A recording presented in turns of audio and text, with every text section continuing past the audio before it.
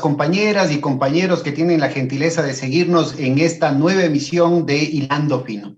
Y esta tarde estamos muy contentos porque nos acompaña un militante de la patria grande, un argentino con un corazón muy cercano al Ecuador, Alejandro Olmos, que además lleva el mismo nombre de su padre, muy querido y muy recordado por su lucha continental, por su lucha universal en contra de los abusos de los usureros con el tema de la deuda externa, la denuncia de la deuda externa que en el caso argentino inclusive llegó a las Cortes y sienta un precedente, una jurisprudencia fundamental en esta lucha que todavía está incipiente, en la que tenemos muchísimas caídas, los pueblos del mundo en contra del parasitismo de un sector de churqueros. Alejandro nos ha acompañado en varios esfuerzos internacionales en ese sentido, cuando se constituyó la Comisión Internacional Ciudadana de Auditoría de la Deuda Externa, la CAIC, y luego en la CAITISA, en la misma metodología de una Comisión Internacional Ciudadana de Expertos Internacionales para discutir los tribunales internacionales de arbitraje. Ahora ha tenido el coraje que a veces nos falta a los ecuatorianos, que faltan a las figuras públicas, sobre todo hubiera sido muy importante que organizaciones sociales y que aquellas autoridades, por ejemplo, que están en la asamblea puedan de manera masiva presentar amicus curiae. Ya vamos a conversar sobre esos detalles, es decir, una serie de intervenciones en los procesos que nos permitan defendernos frente a una cantidad de decisiones que este gobierno continúa aplicando como parte de una agenda que ya empezó con el gobierno anterior, que no es sino la profundización del mismo gobierno de los chulqueros, y que pone al país de rodillas frente a la voracidad de los chulqueros internacionales. Alejandro, bienvenido. ¿Cómo estás? Muy bien, gracias Pedro por esta invitación, porque nos conocemos hace muchos años, sé de tu lucha, de tus trabajos, nos hemos encontrado en Brasil en conferencias y para mí es un gusto estar con vos charlando sobre estas cosas. Cuéntanos un poquito, ¿cómo fue tu experiencia en la Comisión Auditora de la Deuda Externa y en la Comisión Auditora de los Arbitrajes Internacionales de aquí en el Ecuador? Bueno, la Comisión de la Deuda fue, creo, además de ser un hecho inédito que un gobierno decida auditar su deuda, fue una experiencia enorme. ¿Por qué? Porque encontramos documentos inconcebibles, encontramos cómo se preparaban los fraudes, cómo se articulaban los abogados del Ecuador con los abogados extranjeros para perjudicar al país. Y además, cómo se violaba impunemente la ley, por un lado, cómo se la reinterpretaba para que lo que el Código Civil decía que era de una manera, en ese momento la Junta Militar del 76, hasta que subiera León Roldós, Jaime Roldós, reinterpretara la ley para favorecer a los banqueros, ¿no? Entonces, a mí a veces me asombraba, y una de las cosas me acuerdo que me llamó la atención, que si bien una cosa muy chiquita era simbólica, cuando un gerente del Banco Central del Ecuador manda una carta al Citibank diciéndole que si bien en los contratos el Ecuador estaba obligado a pagar los gastos, honorarios, etcétera, había gastos que entendía que no debían pagarse, como fiestas, almuerzos, diversiones, entre comillas. ¿Y qué contesta el Citibank a un país soberano?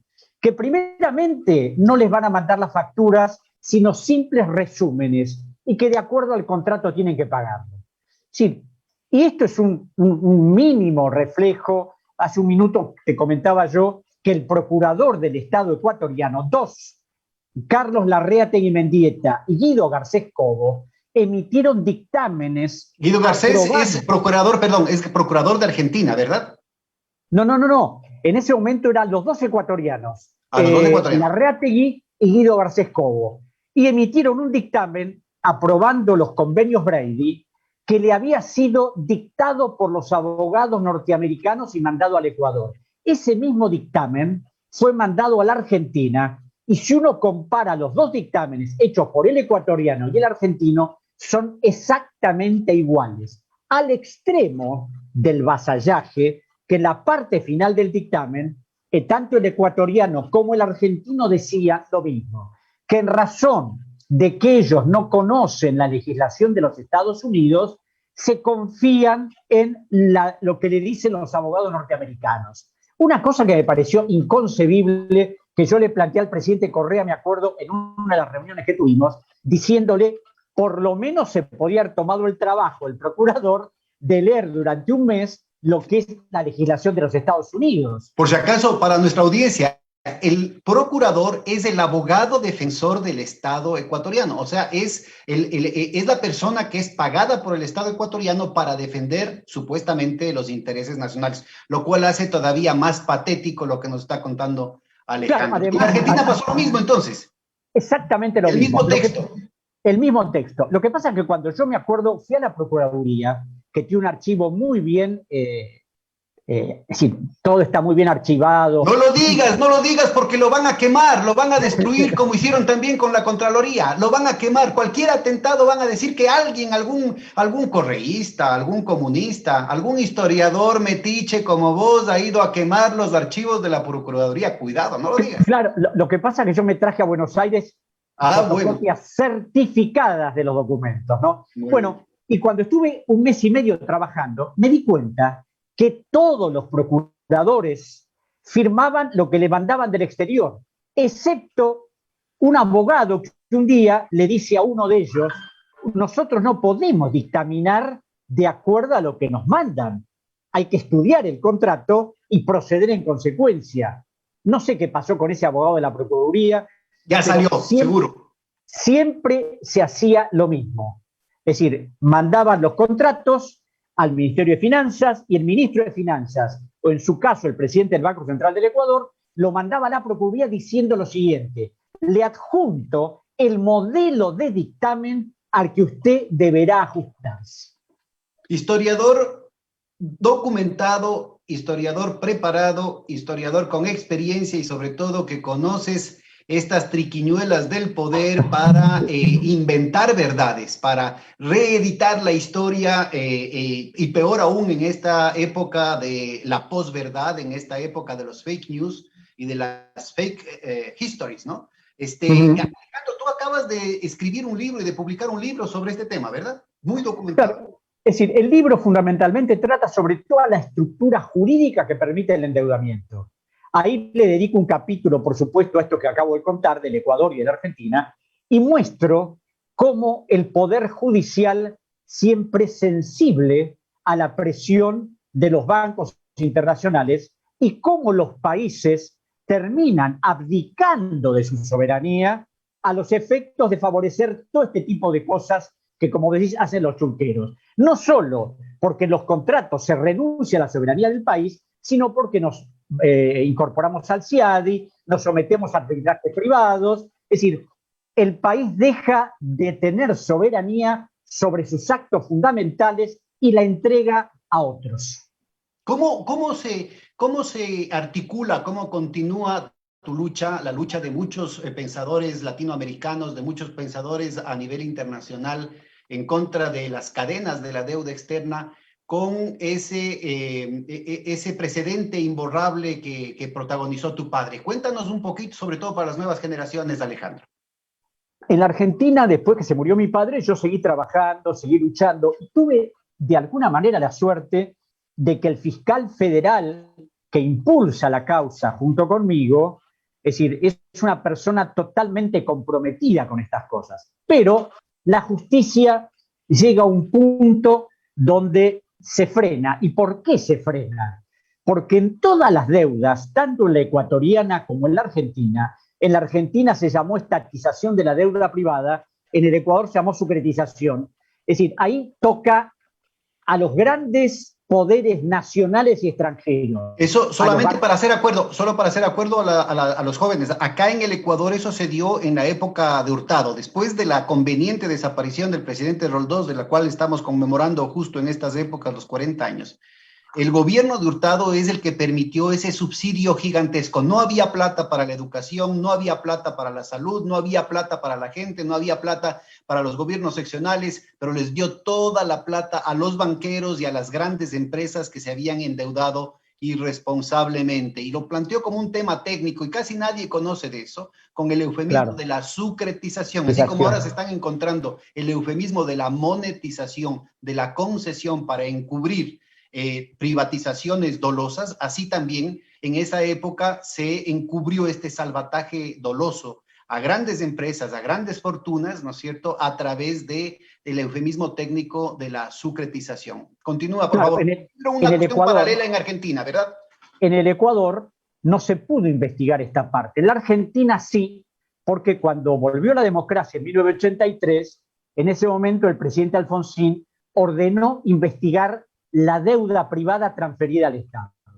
Después de un año de investigación, la investigación se terminó porque empezó a mostrar los fraudes, las estafas, que era toda una ficción esa deuda, no existía. O sea, lo hicieron para beneficiarse ilícitamente.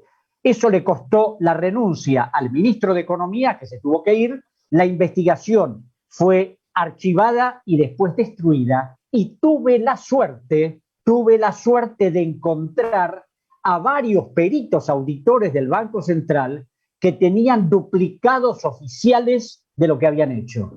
Eso me permitió ir a la justicia, presentar esos papeles, pedir que se citara a estos grandes empresarios que por supuesto nunca fueron citados, y sigo peleando, además de dar charlas en todas partes, es decir, escribiendo y tratando de concientizar a alumnos míos, a la gente, a todos los lugares donde voy, para mostrar que este gran fraude es común a todos nuestros países. No ocurrió en el Ecuador o la Argentina. Ecuador, Argentina, Bolivia, Brasil. Entonces, es decir, este gran poder, el real poder financiero, es el que permanentemente está haciendo todo tipo de maniobras para condicionarnos. Y hasta ha llegado al punto de lo que un gran historiador norteamericano, Stefan Krasner, dice: la soberanía ficcional, la hipocresía de la soberanía, porque somos formalmente soberanos, pero económicamente estamos permanentemente condicionados a lo que ellos quieren y obtienen. Y además nos convencen que tenemos que pensar como ellos, por eso nos sometemos al CIAD y firmamos los TBI, etcétera. Permíteme ir un poquito en detalle con lo que acabas de mencionar. Este atentado en contra de las soberanías, este vaciamiento de las soberanías de nuestros países, por supuesto que corresponde una responsabilidad enorme a las autoridades de la época. Pero también hay, como tú mencionabas hace un momentito, un tema de lavado de cerebro en la academia, en los medios de comunicación. Y también hay un procedimiento, porque así como hay modus operandi, como decías, ¿no? En términos legales, ¿no es cierto? Se hace exactamente con copy and paste. Yo conocí también estos informes que eran copiar y pegar del Fondo Monetario Internacional, y a veces se equivocaban y ni siquiera le cambiaban el nombre. Los vagos estos no cambiaban ni siquiera el nombre del país del que estaban hablando, ¿no? Y supuestamente son informes técnicos, bien estudiados, una cuestión así. Pero también son los funcionarios de carrera locales, así como desaparecieron los archivos en su momento en Argentina. Acá también tuvimos esas remembranzas, así como se está descubriendo ahora, que se han descubierto, que se han atentado para destruir los archivos de la Contraloría, ¿no? Y que quede toda esa podredumbre quede en la impunidad. Cuéntanos un poquito de tu trabajo, de tu oficio de historiador, Alejandro. ¿Cómo te ha servido para evitar, ¿no es cierto?, que se continúe burlando la verdad, que se continúe distorsionando la historia? Claro, porque el oficio historiador es primero buscar la verdad sobre la base de elementos concretos, no sobre la base de discursos, de palabritas, de que yo pienso de tal manera las cosas son así. Y en el Ecuador, precisamente, me pasaron dos cosas. Cuando pedimos una cantidad de documentos en el Ministerio de Finanzas, no aparecían, insistimos, hasta que después de 3 meses nos dicen que esos documentos habían sido remitidos a un archivo en Calderón y que habían sido inundados y se había perdido todo. La segunda parte cuando vamos al archivo del Banco Central en Amaguaña, donde funcionaba antiguamente la Casa de la Moneda, que es una especie de búnker cerrado enorme, encontrábamos en cajas papeles del 82, del 90, todo mezclado, como si deliberadamente hubieran mezclado todo, además de destruir un montón de cosas, para que no encontráramos nada. Tuvimos que empezar a discriminar papel con papel. Y claro, yo de alguna manera no es que me especialice en cuestiones secretas, pero ahora casualmente estoy terminando otro libro que se llama El secreto de los conflictos internacionales, que tiene que ver con cosas que pasaban en la Argentina, ¿no? ¿Por qué? Porque yo me acuerdo que un viejo profesor mío decía, en las grandes cosas, y los papeles siempre desaparecen, las evidencias, es decir, hay que mostrar algún tipo de cuentito para engañar a la gente, para hacerle creer que está todo bien, que sí fueron algunos problemas de las personas. Y vos fijate que primero la gran responsabilidad de los jefes de Estado y de la dirigencia política de nuestros países que aceptaron todo eso. Pero después, y esto de la deuda y lo que estamos hablando, empezó en la década del 70, donde en ese momento toda la doctrina clásica que determinaban que los países eran soberanos y no podían ser sometidos en otro país, en otra jurisdicción, empezó a cambiar. Estados Unidos, contrariando todas sus normas, dictó su ley de inmunidades extranjeras en el 76, Gran Bretaña en el 78, y así todos los países fueron cambiando, hasta que en el 2005 la Asamblea General de las Naciones Unidas dictó su Convención de Inmunidades de los países y sus miembros, por la cual estableció que todo país que renunciaba a su jurisdicción podía ser juzgado en cualquier parte. Es decir, el Ecuador puede ser juzgado por cualquier juez igual que un comerciante particular. Es decir, un país soberano acepta que lo juzguen como un señor que litiga en otro lado. Esto es lo inconcebible. Y esta es una estrategia de pinza, ¿no? Es decir, la otra comisión en la que participaste, en la CAITISA, justamente investiga y proporciona una serie de información muy importante para la historia a nivel internacional, porque son los mismos modus operandi, respecto a esta pérdida de soberanía que está muy ligada a los grilletes de la deuda externa, que tiene que ver con los arbitrajes internacionales, con la perforación de la soberanía jurisdiccional de nuestros países y con el hecho de generar privilegios, así como en la época feudal, para las empresas transnacionales. Cuéntanos un poquito de cuál ha sido la experiencia en la investigación de estos arbitrajes internacionales y de los mal llamados tratados bilaterales de inversión, Alejandro. Claro, y vos sabés que el tema del arbitraje es peor. ¿Por qué? Porque si vos te sometés a la jurisdicción de los Estados Unidos, y bueno, hay una corte que supuestamente tiene visos de legalidad, que funciona en un Estado porque es parte de un poder del Estado. En el caso del arbitraje no, porque cuando un país se somete al arbitraje, un árbitro lo designa el país, el otro, la empresa que tiene conflicto con el país, y el tercero, entre los dos, como nunca se ponen de acuerdo, lo designa el Banco Mundial. Y ya sabemos que el Banco Mundial, ¿a quién designa? Estos árbitros generalmente, lo investigamos en la CAITISA, son abogados de grandes empresas, forman una especie de círculo cerrado donde siempre se nombra a los mismos. Una argolla, decimos acá, Alejandro, una argolla. Exacto. El 60% son europeos, después europeos y norteamericanos, latinoamericanos hay muy pocos que por supuesto defienden el interés extranjero. Entonces, claro, cuando empezamos a investigar esto, de alguna manera sabíamos cómo funcionaba, pero nos encontramos cosas increíbles. Por ejemplo, yo un día voy a la Cancillería y le pido en ese momento al embajador Villasís, que era director de Tratados Internacionales, que quería ver el expediente de cómo se había suscrito el convenio del CIADI. Y me dice, ¿y para qué lo quiere? Pues quiero leerlo, es que está todo bien. Bueno, por más que esté todo bien, quiero verlo. Me dio el expediente, lo llevé al Semplare, donde teníamos la oficina de la CAITISA, y empecé a leerlo. Y ahí me quise morir. Primero, ¿por qué? Porque el Ecuador había firmado tratados bilaterales desde el 87 en adelante, sin que fuera válida el sometimiento al CIADI. ¿Por qué? Cuando en la época de León Febrés Cordero se suscribió el convenio en 1986, el canciller Edgar Terán Terán mandó un documento diciendo: desde hoy queda el Ecuador sometido a estos tribunales, cosa que era imposible porque hasta que el Congreso Nacional no ratificara ese convenio, el presidente de la República no podía hacer absolutamente nada. Ahora, a medida que fui leyendo el expediente, veía cosas de las presiones de los abogados de empresas extranjeras, de los abogados de bancos, hasta que un funcionario de la Cancillería, creo que en el año 90-91, emite una especie de dictamen diciendo: esto es un escándalo, el país no puede acceder a este tipo de cosas, no se han cumplido una serie de trámites, pero claro, era un funcionario. El que tuvo una gran actuación fueron varias empresas privadas ecuatorianas y un abogado, César Coronel Jones, que además de haber sido árbitro, mandaba notas amenazantes al Congreso Nacional, a la Presidencia de la República, que están ahí en este expediente, diciéndole que la única manera que el Ecuador se viera favorecido por la inversión extranjera era que se ratificara finalmente el convenio del CIANI.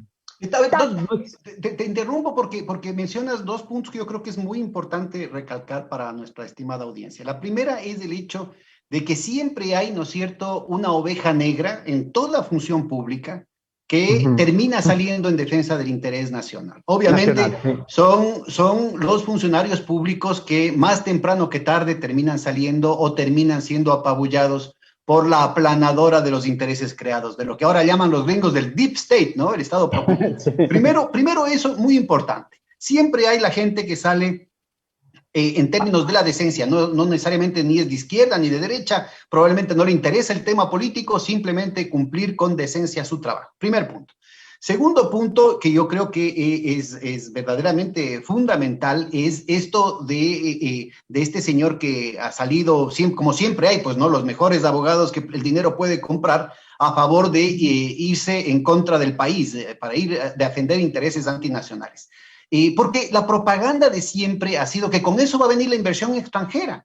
Claro. Y como decía mi abuelita, ¿quién es la inversión extranjera? Estamos hablando del gobierno de Febres Cordero, el gobierno social cristiano, que coaligó a toda la derecha y que dijo que había que olvidarse de las leyes nacionales, que aquí lo que importaba es rendirse, aquí poner todas las cosas regalonas a favor de la inversión extranjera que iba a venir para cumplir con los programas de inversión que se habían diseñado ya en los años 70, las hidroeléctricas, por ejemplo, que iban a venir a invertir. ¿Dónde está la inversión extranjera? ¿Dónde está la inversión extranjera? Es más, yo leía ese informe de la CAITISA, este informe que hizo la Comisión de Expertos Internacionales, y resulta ser que no solamente que no aumentó de manera significativa la inversión extranjera en primer lugar, sino que en segundo lugar, buena parte de la inversión extranjera era solamente cambio de manos, si no había capital fresco, con tecnología fresca, con aumento de fuentes de trabajo, sino que al contrario lo que había es pasar, ¿no es cierto?, de una manera rentista, cambiar la estructura de propiedad para poder sacar recursos hacia afuera. Y en tercer lugar, ¿no es cierto?, resulta ser que de la poca inversión extranjera que hubo, la mayoría vino de países con los cuales no tenemos tratados bilaterales de inversión, que supuestamente era la condición sine qua non, que supuestamente era la condición indispensable para que se garantice y se fomente esos flujos de inversión. Y se mencionaba el caso de México, el caso de Brasil, el caso de Panamá.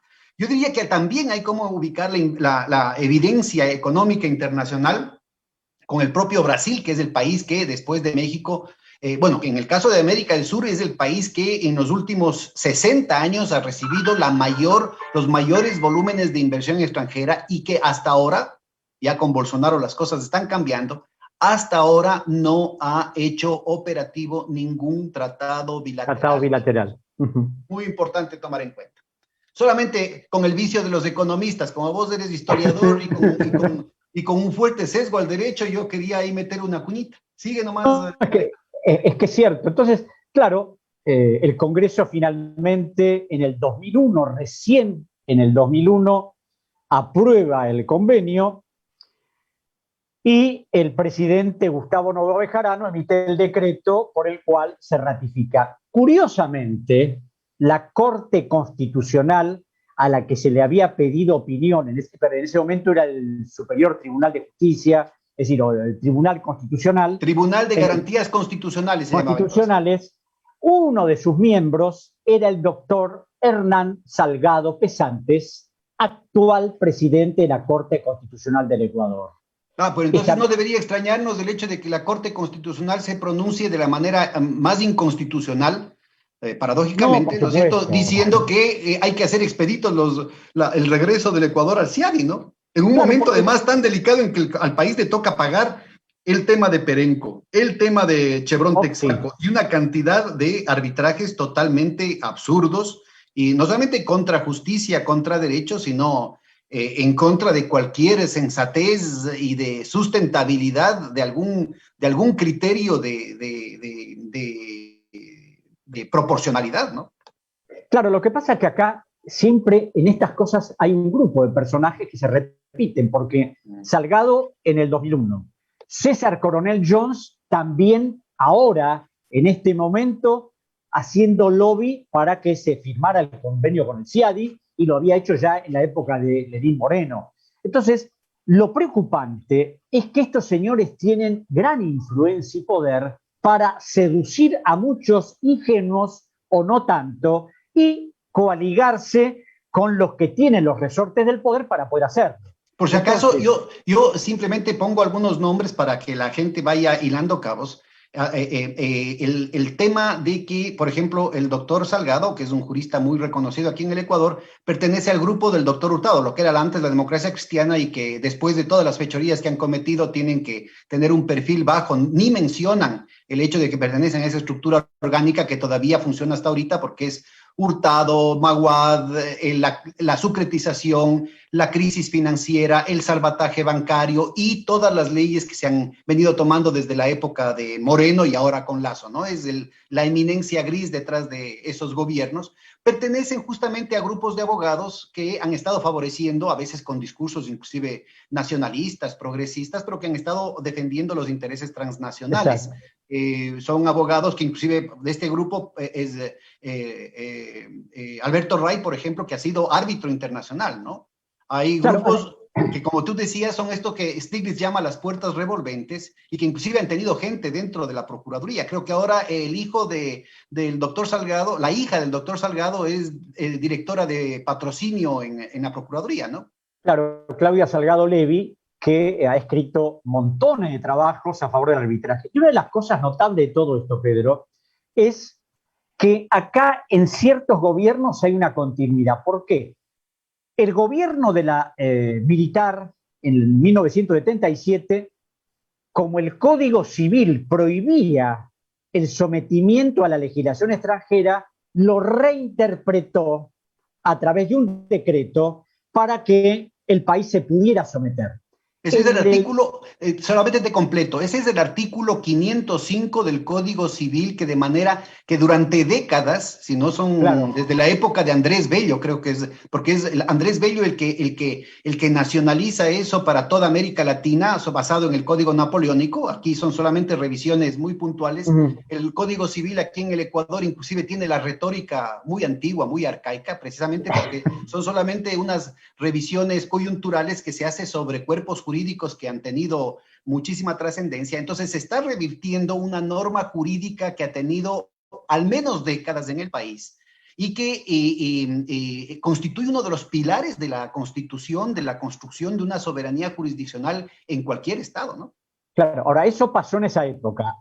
En el 2018, la Asamblea Nacional Ecuatoriana, a través de su presidenta, le pide a la Corte Constitucional que reinterprete el artículo 422, que es el que prohíbe el arbitraje, y manda un pedido a los efectos con una serie de fundamentos falaces, y poco tiempo después el ministro José Valencia, ministro de Relaciones Exteriores, se presenta a decir que el arbitraje en el Ecuador está permitido, que habría que interpretar bien ese artículo 422, porque en el artículo 190 de la Constitución se permite el arbitraje. Pero el artículo 190 hace referencia a la legislación interna, no al arbitraje internacional. Exactamente. Entonces yo precisamente cuando presento el amicus le planteo que ese artículo 190 está dentro del capítulo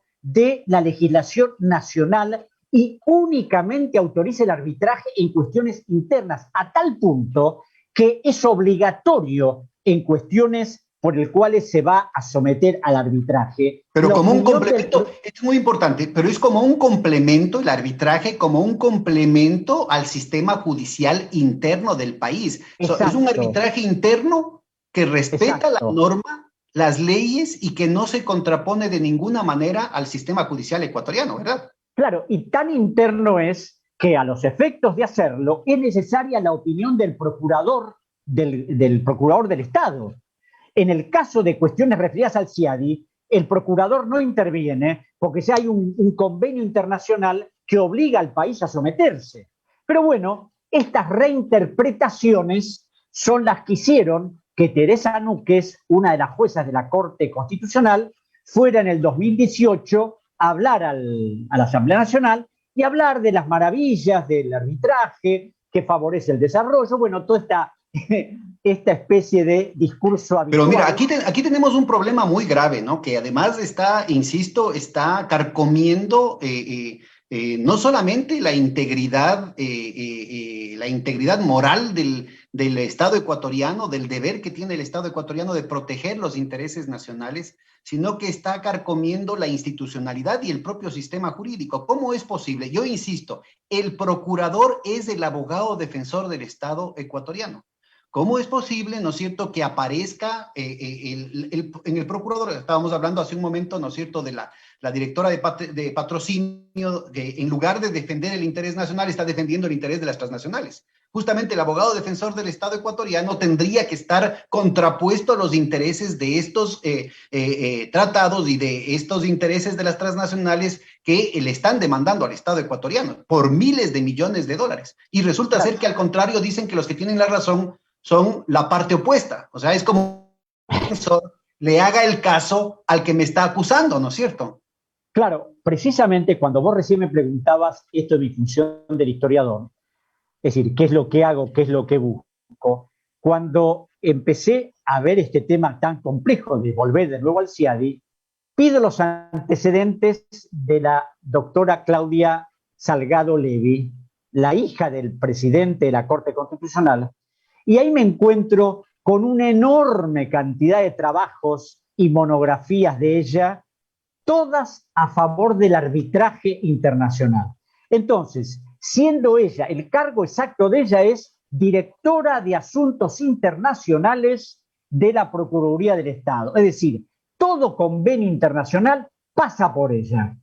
Y precisamente, bueno, te cuento solamente que también hubo un funcionario anterior con acento colombiano, me tocó discutir con él en su momento, que se llamaba Galindo y que pertenece a otro buffet, así como estábamos hablando de estos abogados como el abogado Salgado, como Ray, que pertenecen al grupo de Hurtado y de Maguad. Así también hay otro que pertenece al grupo de Carmiñani, muy vinculado a Febres Cordero y a ese sector de la oligarquía costeña, que en su momento son también árbitros de los tribunales de arbitraje.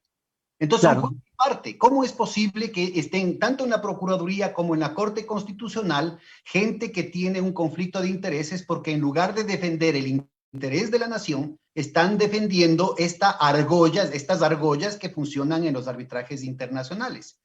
¿Hay alguna experiencia, alguna, ¿cómo te digo?, antecedente a nivel internacional que nos permita encontrar luces de cómo subsanar este problema, Alejandro? Es que se supone que cuando se nomina a un funcionario para un cargo determinado, es decir, tiene que analizarse minuciosamente si hay incompatibilidad entre el cargo que va a desempeñar y lo que él ha opinado como funcionario.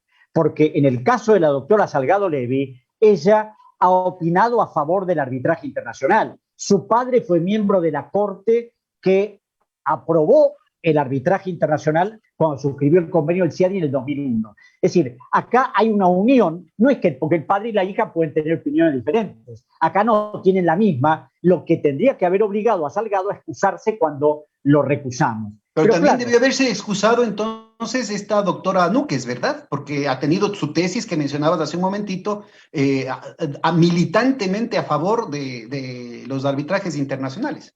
Claro, pero vos fíjate cómo se ha preparado todo esto en la Corte, porque cuando va la nota del gobierno el 21 de junio, a los efectos de que el 21 de junio se suscribe el convenio. El mismo día el gobierno le pide a la Corte que opine si hay que mandar el convenio a la Asamblea o no. Claro, el gobierno dice que no, porque sostiene en su nota que el arbitraje es voluntario, que esa suscripción no obliga al país a ir necesariamente a arbitraje. Perdón, te interrumpo ahí. Ahí está Dale. mintiendo el gobierno. Ahí está mintiendo el gobierno, porque en la ley Trole, aprobada en agosto del 2018, de manera totalmente inconstitucional, porque está en contra del artículo 419 y 422 de la Constitución, el gobierno hace que la Asamblea apruebe que el arbitraje internacional ya no es un mecanismo alternativo, sino que es obligatorio. Obligatorio. Ya no es de última instancia después de haber evacuado todas las instancias nacionales, sino que se vuelve no solamente que obligatorio, sino de primera instancia a favor de las empresas transnacionales, porque ahí hay una discriminación en contra del pueblo ecuatoriano, en contra del Estado, pero también en contra de las empresas nacionales, ¿no? Así que ahí, desde ahí, Alejandro, ya está mintiendo el gobierno, porque está claramente establecido en la mal llamada, la Trole 3, mal llamada Ley de Fomento Productivo, que en realidad lo que ha fomentado desde entonces es un decrecimiento de la economía año tras año, trimestre tras trimestre, ¿no es cierto? Está claramente establecido que no es voluntario, es obligatorio.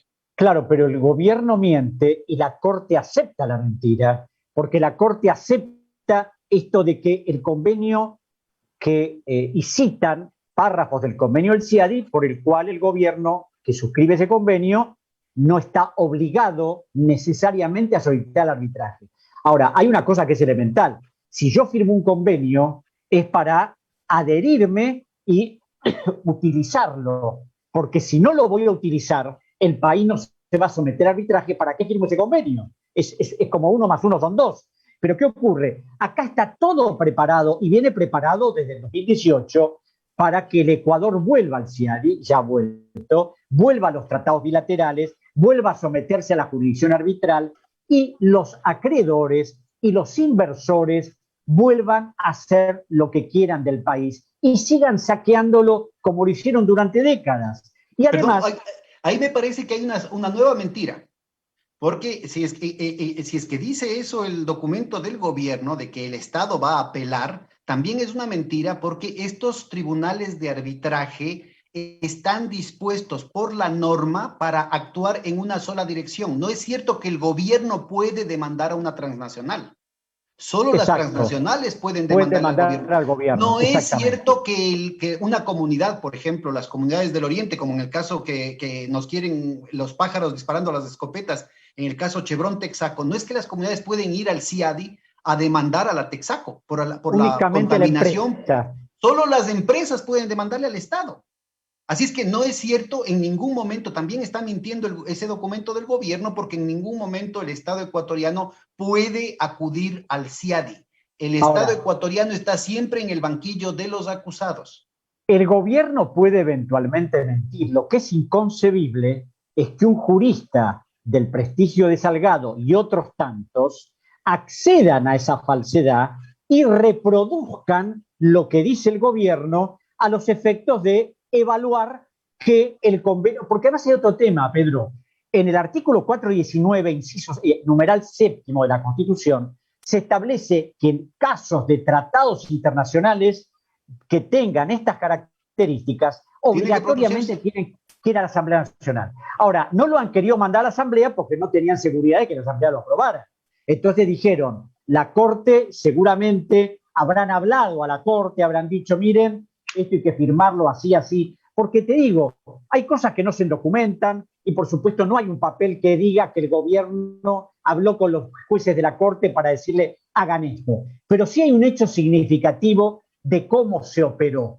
Cuando la Corte va a considerar este tema, la jueza Núñez se presenta el 25 de junio, o sea, 6 días antes, y dice que como ella concurrió a la Asamblea Nacional en el año 2018 y dio una opinión sobre el tema del arbitraje, viene a excusarse.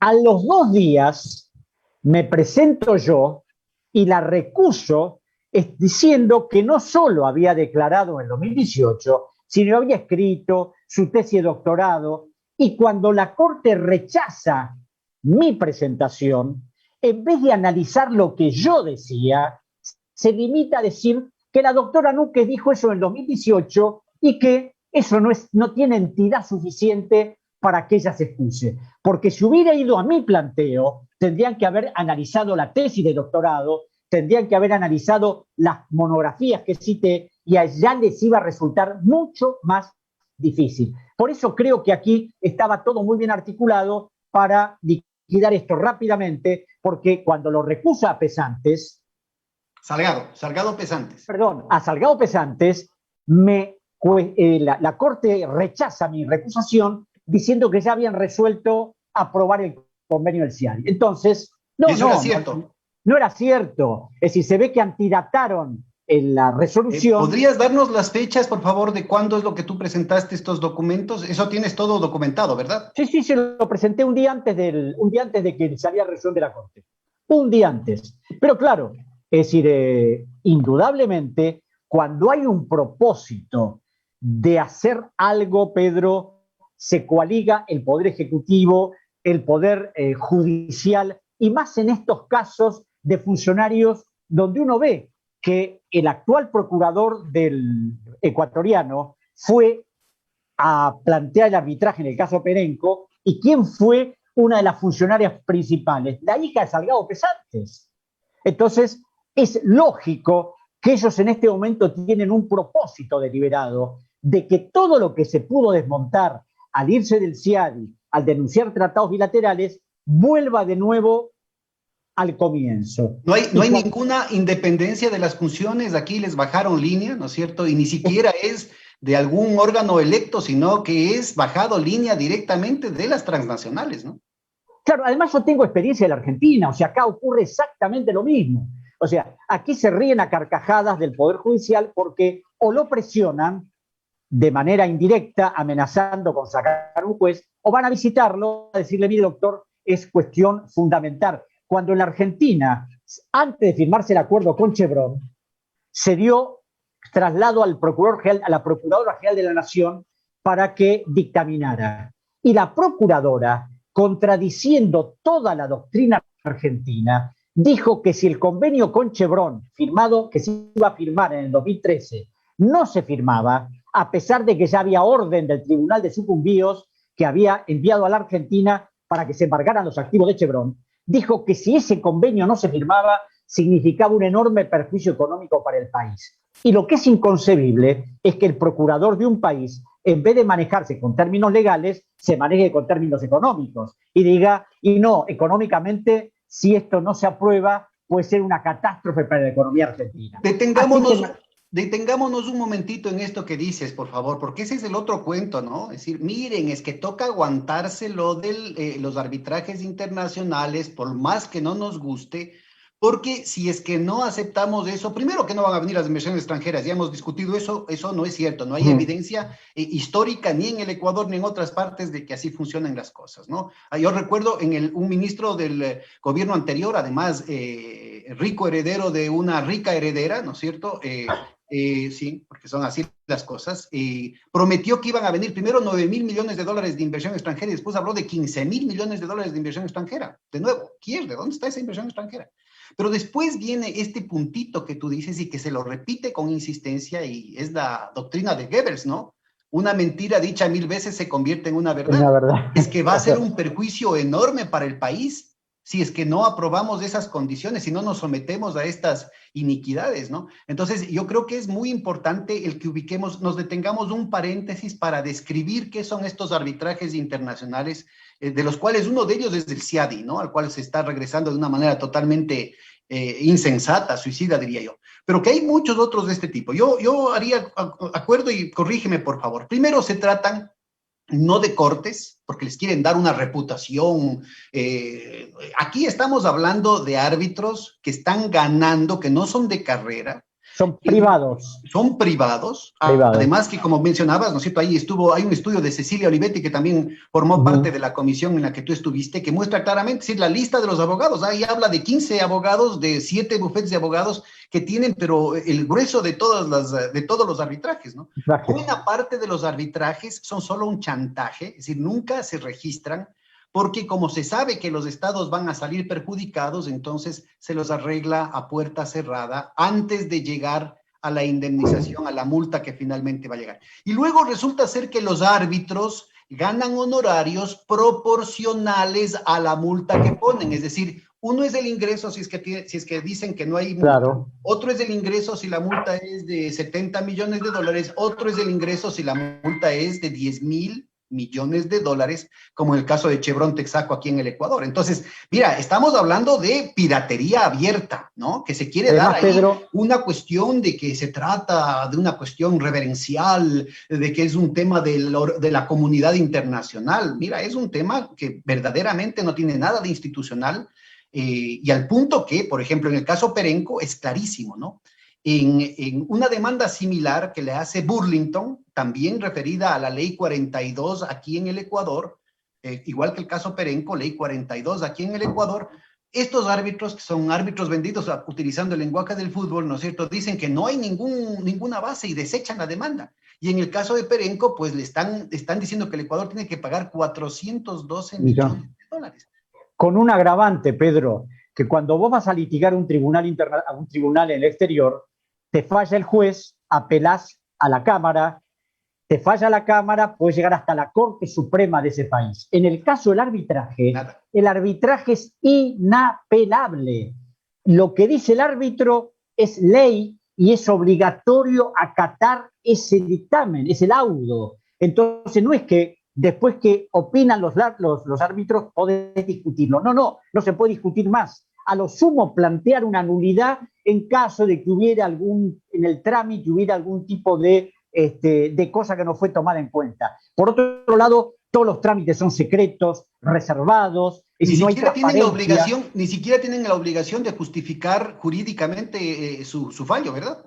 No, ellos simplemente se limitan a decir que tiene razón tal país, tal empresa, y siempre, porque claro, hay algunos laudos chiquitos donde se ha beneficiado al país, pero cuando con Cecilia Olivet integramos la Caitiza y analizamos todo lo que había ocurrido, y después a través de nuestra experiencia en Argentina y en otros países, nos dimos cuenta que el procedimiento siempre es el mismo. Entonces, acá la intención es defender a la empresa inversora, beneficiarla de la mejor manera posible, y ellos como árbitros, como decías recién, agarrar la mayor cantidad de honorarios sobre el monto que se está en discusión. Entonces, además los árbitros son impunes, ¿no? Es decir, no hay como, por ejemplo, acá también en un proceso judicial, si es que hay prevaricato, eventualmente se le puede seguir un juicio al juez, o se puede, ¿no es cierto?, tener sanciones o retaliaciones en la carrera judicial por el mal comportamiento de los... En el caso de los árbitros no tienen ninguna sanción, pueden hacer lo que les da la gana, ¿no? Lo que se les da la gana, porque no pueden ser sometidos a proceso en ningún lado. Es un poco esta cosa inconcebible que al Ecuador lo va a afectar ahora y está afectando a la Argentina del Fondo Monetario Internacional.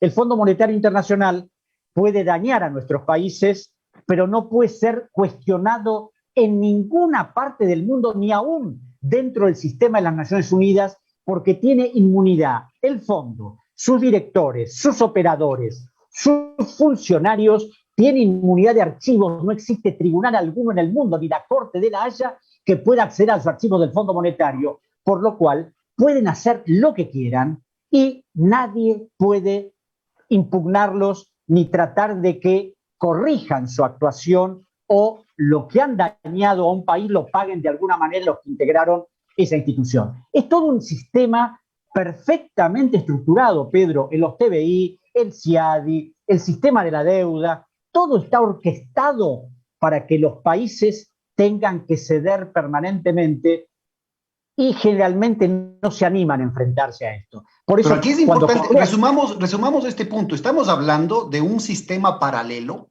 que no responde ante ninguna ley, ante ningún control democrático, ante ningún control, ni siquiera ético, ¿eh? Porque aquí cuánta plata estará circulando. Salió un dato de que solamente en el pago a los abogados defensores del Estado ecuatoriano se habían pagado como 2.300 millones de dólares, solo en pago a los abogados, aparte del pago de las multas, ¿no? Porque cuando tú hablas de que sí han habido unos casos chiquitos en los que salieron beneficiados los estados, estás hablando de que no que la empresa le pagó al Estado, sino que el Estado no tuvo que desembolsar. Porque, insisto, las empresas jamás pueden ser acusadas. Siempre es el Estado el que está en el banquillo de los acusados. Entonces, resumamos eso. Es un sistema judicial paralelo que perfora, que lesiona, que erosiona las bases de los sistemas de justicia nacional en varios sentidos, no solamente en el caso institucional, sino porque además está estableciendo, como en la época del feudalismo, fueros especiales, privilegios, es decir,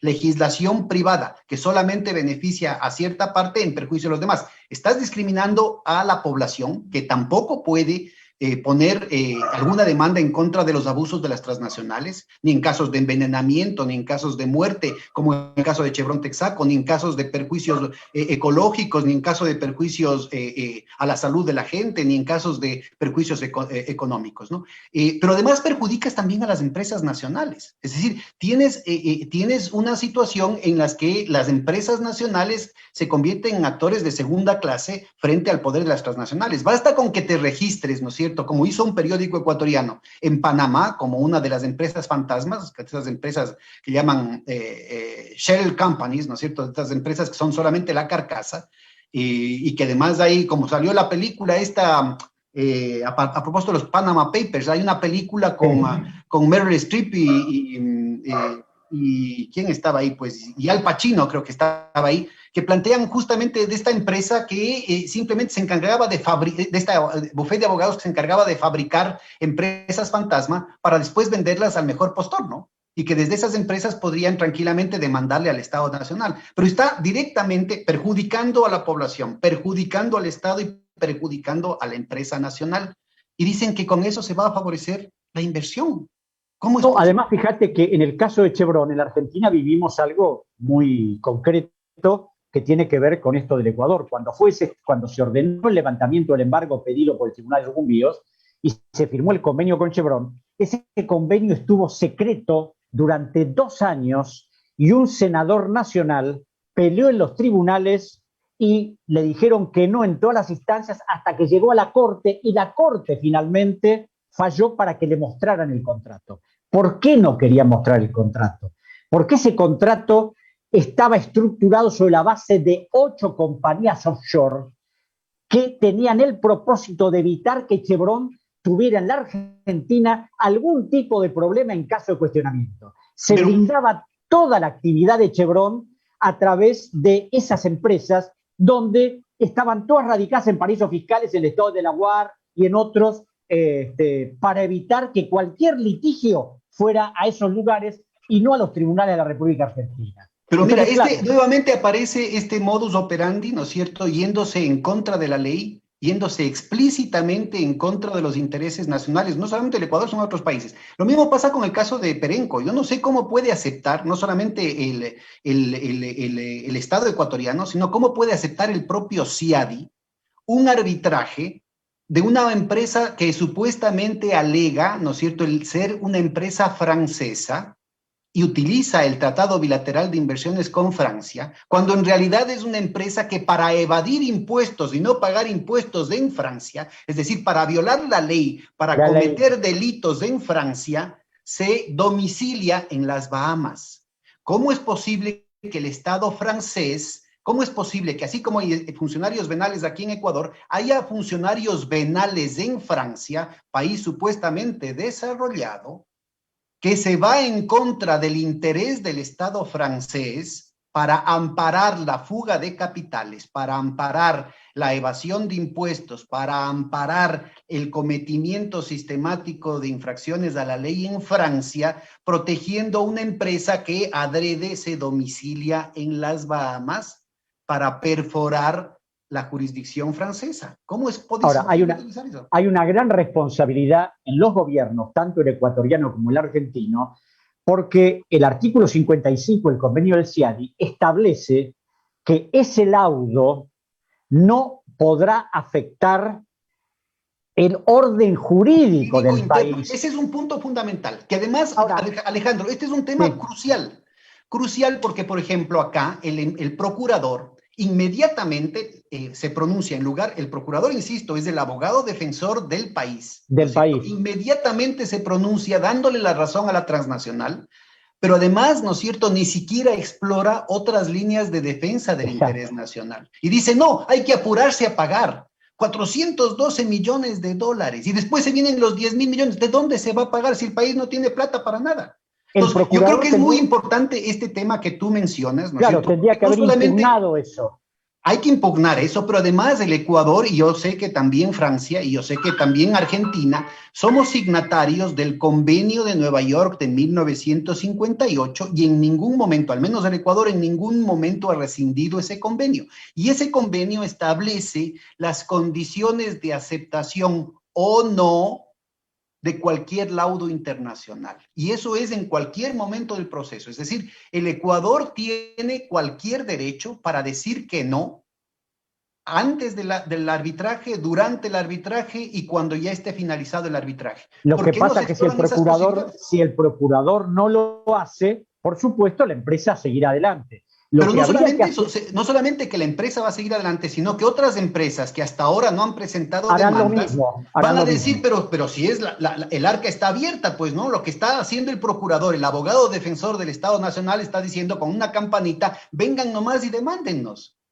No, no, yo creo que acá, Pedro, habría que demandar al procurador por incumplimiento de los deberes de funcionario público, porque yo he analizado mucho el artículo 55 del CIADI, y ese artículo permite que un Estado, ante un fallo arbitrario que afecte el orden público del país, pueda impugnarlo, discutirlo y no aceptarlo. Ahora, si el gobierno lo acepta, si el procurador dice que está todo bien, que hay que pagar, y por supuesto, ellos siguen adelante y como vos decís, vienen otras empresas y hacen exactamente lo mismo. Por eso te hablo de que acá no hay un reconocimiento de lo que es la soberanía del país. Es un sometimiento irrestricto a lo que pretenden los otros y conformarse, bueno, nos defendimos como pudimos y no hay otra alternativa que pagar. Entonces, Bueno, eso es lo que no se puede y aceptar. en este caso, además, es imposible decir que nos defendimos como pudimos, porque en el mismo caso, con la misma ley 42 emitida en el año 2006 que Perenco nos, entre comillas, gana, nos hace pagar 412 millones de dólares, Burlington, que también apela a la ley 42, simplemente es desechada. Es decir, se ve claramente que con el mismo caso, los mismos argumentos, en un caso los árbitros dicen que sí, en el otro caso En los otro árbitros dije que dicen no, que no. exacto. Sí, sí, Es sí, sí, decir, es aquí terrible. puede pasar cualquier cosa. Y te cuento solo como anécdota, una anécdota cada vez más dolorosa, que realmente yo no sé en qué momento deja de ser tragedia, ¿no es cierto?, para convertirse en una farsa, en una comedia, ¿no? Una empresa privada, dos empresas privadas, la una de ellas es Merck Sharp and Dohme, le acusa a otra empresa privada, aquí en el Ecuador, hace 17 años, ¿sí? En un tribunal ecuatoriano le da la razón a una de las empresas y la otra empresa le demanda al Estado ecuatoriano por falta de justicia.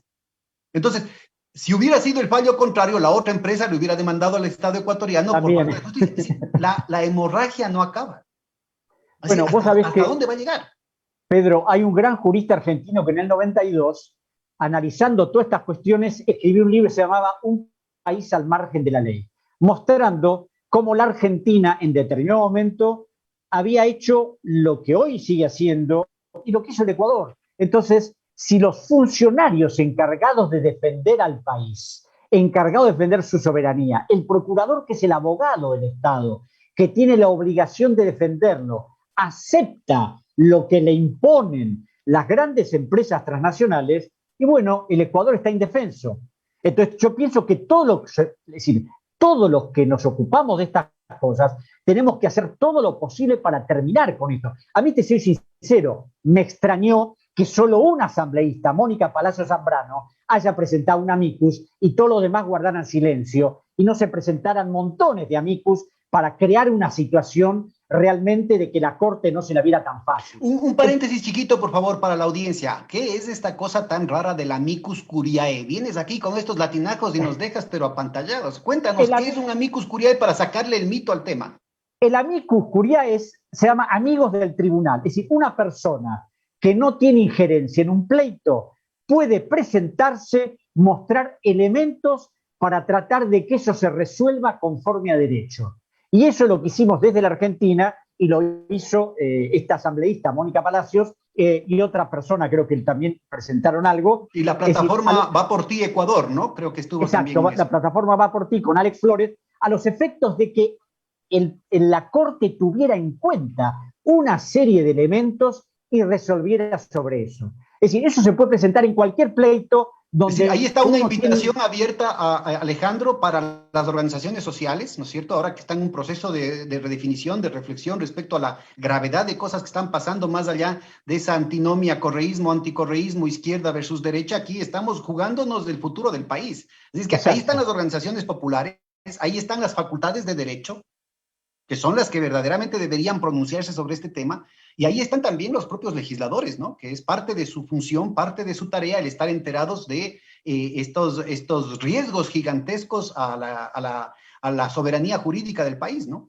Por eso ahora, cuando Lasso ratifique el convenio del CIADI, va a emitir un decreto ejecutivo, supuestamente, hay que pedir la inconstitucionalidad, ir a la Corte con toda la artillería. Yo ya le estoy preparando, porque a pesar de ser argentino, como fui integrante de 2 comisiones auditoras, y una de ellas, la Caitiza, tengo elementos suficientes para hacer esta presentación. Vamos a ver si me aceptan o no. Pero supongo que además habría que hacer presentaciones similares, es decir, para que se sumen y para que el país se pronuncie, asambleístas, abogados, juristas, es decir, para crear una conmoción de lo que esto va a significar al país. Y una de las cosas, Pedro, que te tiro, es demandar al procurador que ha aceptado esto de Perenco, porque está incumpliendo con los deberes de funcionario público, que en el derecho penal es una figura que deben observar todos aquellos responsables en la defensa de un Estado. No puede abdicar de la defensa diciendo, bueno, esto ya está. Cuando tiene un artículo, porque yo no sé si cuando se hizo el convenio del CIADI, que pusieron ese artículo 55, diciendo que, bueno, que si no se afecta el orden público del país, eso puede ser cuestionado. Es decir, en este caso hubiera sido obligación del procurador hacerlo. No lo hizo. Entonces, como hay elementos demostrativos de todos estos procedimientos, yo creo que acá se viene una lucha muy grande y nosotros de la Argentina, tanto yo como algunos amigos que hemos trabajado en la Caitiza, vamos a hacer todo lo que sea posible para ayudar a que el Ecuador por lo menos se conmueva y estos señores de la Corte vean que no se les hace tan fácil y que a las grandes empresas, a los inversores, a todos los funcionarios del gobierno de Lasso, ha habido un pueblo que se empieza a movilizar para que las cosas cambien y para que no se vuelva a ser pisoteada la soberanía del país. No es posible aceptar que todo esto vuelva a retroceder 20 o 30 años y que estos señores sigan haciendo lo que quieren. Pues mira, al contrario, ellos sabiendo lo que estaban haciendo, ¿no es cierto?, se adelantaron a los pájaros disparando nuevamente las escopetas, y él es el propio procurador el que se adelanta a decir que nos van a seguir juicio a aquellos funcionarios que al menos durante un momentito que tuvimos chance de defender el interés nacional, quisimos aplicar la ley como en el caso de la ley 42 y Perenco, cuando claramente, ¿no es cierto?, y nos van a seguir juicio de repetición para pagar esos 412 millones, ¿no es cierto?, sin mencionar el hecho de que al menos en el año en el que yo estuve de ministro, ¿no es cierto?, se recaudaron 3.500 millones, en ese entonces era el 9.5% del PIB.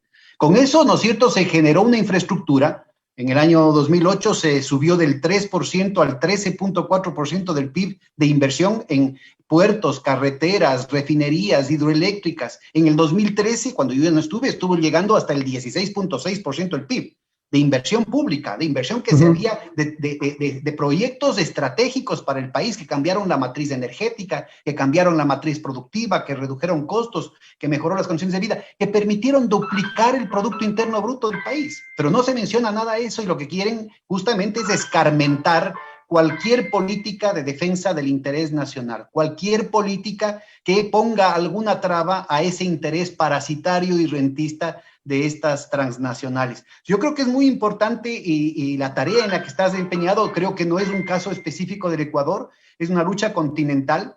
Hay Continental, estudios sí. de caso de lo que está pasando en Perú, hay estudios de caso de lo que está pasando en otros países. En México, por ejemplo, ha habido una situación en la que un magistrado local dijo no, simplemente el arbitraje internacional no procede porque esta no es materia arbitral, es un problema de soberanía interna y la legislación es muy clara al respecto. Y es Porque, justamente Pedro, lo que está pasando. es una matriz operativa que funciona en todos los países latinoamericanos de la misma manera. Y yo me acuerdo que ayer, hablando con un fiscal federal, me decía que después de la firma de Bretton Woods, de alguna manera había una estructura legal que funcionaba. Todo eso se destruyó. En este momento, lo único que cuenta es el poder y la voluntad de las transnacionales y de los gobiernos que se someten a eso, como el actual gobierno de Lazo. Bueno, pero hay que ver, pero aquí el punto fundamental aquí es que si nos dejamos, ¿no? Es decir, si hay la suficiente Claro. movilización, hay argumentos jurídicos, yo insisto, en primer lugar está el convenio de Nueva York del año 1958, del cual es signatario el Ecuador, del cual es signatario los propios Estados Unidos, por algo se llama convenio de Nueva York, del cual es signatario la propia Francia y obviamente los otros países latinoamericanos, que dice claramente cuáles son las atribuciones nacionales para no aceptar un laudo internacional y punto. Segundo, y eso jamás se ha rescindido. Segundo, el artículo 55 del propio CIADI, que dice que si es que esto vulnera la estructura jurídica de un país, como es el caso aquí explícito, en el caso del Perenco, claramente se está yendo en contra del artículo 71 de la Ley Orgánica de Hidrocarburos, claramente se está yendo en contra del artículo 1478 del Código Civil, y del Código Orgánico, el 104 del Código Orgánico General de Procesos, que son la continuación, ¿no? De eso que mencionabas tú, de esa interpretación dolosa que hizo la dictadura militar en contra del artículo 505 del antiguo Código Civil, pero que de todas maneras estaba en otros cuerpos legales. Es decir, el artículo 104 del Código Orgánico General de Procesos dice explícitamente que primero tiene que validarse en la legislación nacional, tenía que validarse por una corte local. Entonces, yo creo que es muy importante ubicar el hecho de que estos procesos están lesionando de manera sistemática, están erosionando de manera grave y sistemática el ordenamiento jurídico interno. Justamente una de las tareas que estás mencionando, muy, muy importante esto que dices, del hecho de que la obligación del abogado defensor es encontrar todas las líneas de defensa pues, del interés nacional. Claro, y una de las cosas que dejó pasar el procurador también es esta ley que me había mencionado, la Trole 3 de agosto del 2018, que establece una disposición derogatoria que supuestamente intenta, ¿no es cierto?, borrar de un plumazo todas estas disposiciones que obligan a que se valide, se homologue localmente estos laudos internacionales. Sin embargo, a pesar de esas derogatorias, tenemos todavía una serie de argumentos legales con estos tratados internacionales, con la propia normativa del CIADI, ¿no es cierto?, que muestran que el país todavía puede defenderse y puede evitar pagar no solamente los 412 millones de dólares de Perenco, sino los 10,000 millones de dólares que de manera totalmente indecente, realmente obscena, pretenden que se le pague a una empresa transnacional como Chevron Texaco, que dejó contaminando la Amazonía ecuatoriana porque eran pobres, porque eran indios, porque estaban lejos, porque eran marginales, provocando una secuela de enfermedades degenerativas, provocando una secuela de dolor y de muerte entre las poblaciones más vulnerables de acá. Entonces yo creo que es muy importante voces como las tuyas, Alejandro, y ojalá puedan sumarse otros juristas a nivel internacional, porque está tan viciado el ambiente político, ideológico aquí en el país, que ni siquiera hay un pronunciamiento de gentes ajenas al debate político en términos de la sensatez, en términos de la... Claro, lamentablemente, Pedro, de derecho. Lamentablemente tienen que actuar los funcionarios encargados de eso. Y yo tengo una experiencia negativa porque en el año 2010, en diciembre del 2010, viajé a Ecuador de manera personal y presenté en la Fiscalía del Estado una denuncia contra los dos ex procuradores, Larreate y Garcés, por falsedad ideológica e incumplimiento de los deberes de funcionario público. El escrito, que tiene más de 30 páginas, se lo entregué en mano al fiscal de Estado Washington Pesantes y me hizo sellar la copia de mi presentación, que tengo la constancia del día, la hora en que lo presenté. Ese trámite supuestamente desapareció de la fiscalía porque hace un mes pedí un informe a ver qué había pasado con esa denuncia, porque esa denuncia fue acompañada con una serie de documentos de la Argentina, certificados en la Argentina, que mostraban que los dictámenes eran iguales. Estaba probada la falsedad, cómo había venido de un lado y cómo había venido de otro. Bueno, me han contestado ahora de la Fiscalía de Estado que no encuentran el... Primero me pidieron que mandara de nuevo lo que yo había presentado, lo mandé. Después, ¿qué constancia tenía que lo había dejado? Le mandé la copia donde está el sello de la Fiscalía de Estado que hice esa denuncia. Además, manifesté que había estado hablando 1 hora con el doctor Pesantes, estuve media hora con el doctor Alvear, que era el fiscal subrogante, denunciando a estos dos sujetos. Bueno, el expediente desapareció, no se encuentra nada. Claro, si el fiscal de Estado encargado de activar estos procedimientos no hace nada porque tiene miedo, va a saber de que dijo el Arreate, que era editor comercio, es decir, escribe en El Comercio y podría decir un montón de cosas, y claro, las cosas son complicadas. Por eso acá, si los funcionarios no actúan, la sociedad civil, las organizaciones sociales tienen que impulsarlos o eventualmente denunciarlos por lo que no Pues mira, están cumpliendo con su deber. Hilando fino, es toda una conspiración que se está moviendo al interior del Estado para impedir que estos juicios salgan a luz, para impedir que esta información pueda conocerse a nivel del país, para impedir cualquier tipo de procedimiento institucional, o sea, rompiendo las instituciones, las leyes, la propia Constitución, porque la prisa es la privatización. La misma reincorporación del Ecuador al CIADI se lo hace entre gallos y medianoche, adrede para pagar de manera más expedita los 412 millones de dólares de la sentencia de Perenco. Pero también con esto quieren garantizar todas las condiciones para que las privatizaciones, el reparto en el bloque de poder de los activos del Estado, estoy hablando de las refinerías, de los pozos petroleros, de las hidroeléctricas, del Banco del Pacífico, de CNT, la telefónica, de los servicios de interconexión y de distribución de energía eléctrica. Y ya se hizo el tema de Seguro Sucre con todo el reparto de ese mercado gigantesco de los seguros del Estado. En fin, todo el sistema de desregulación, de privatizaciones que están poniendo al país de rodillas para que acepte de manera incondicional convertirse en una guarida fiscal para el narcotráfico colombiano, pueda proceder sin resistencia. Así es que hay que estar muy, muy atentos respecto a cuál es la coyuntura. Todo esto está conectado. No es que son decisiones arbitrarias, espontáneas. Sí. Esto está vinculado con el paquete, el programa neoliberal más extremista que se ha dado. Ni en tiempos de Pinochet se hacía con tanta celeridad lo que se ha hecho ahora. Con un paquete además de desnacionalización del aparato productivo ecuatoriano, en el que es increíble, ¿no es cierto?, que la sociedad ecuatoriana, incluyendo no solamente las instituciones, no solamente el pueblo ecuatoriano, sino las propias empresas que están siendo perjudicadas, no diga, esta boca es mía. Así es que, Alejandro, estamos acabando ya el tiempo, te agradecemos muchísimo tu gentileza, tu aporte. Ojalá hayan más patriotas latinoamericanos que contribuyan en estas luchas en tiempos de dificultad en la que nos llueven los problemas, apagando incendios un día tras otro. Cada semana en este programa de Hilando Fino tenemos que nuevamente tratar un problema de urgencia, ¿no es cierto? Y necesitamos el poder movilizar a la gente. Ojalá este programa haya servido para dar argumentos, para dar municiones en defensa de los intereses nacionales. Te agradecemos mucho. Te agradezco, Pedro. Alejandro, un saludo final. Te agradezco mucho. Como digo siempre, el Ecuador puede contar con todo lo que yo pueda hacer y estoy dispuesto a hacer lo que sea necesario para que el país sea definitivamente soberano y pueda enfrentar a estos delincuentes que permanentemente lo están acechando para quedarse con todo. Un gran abrazo. Muchísimas gracias.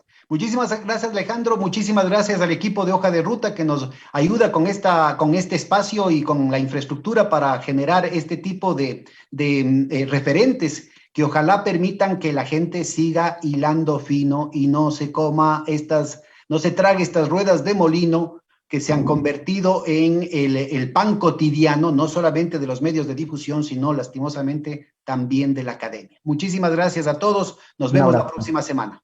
Hasta luego.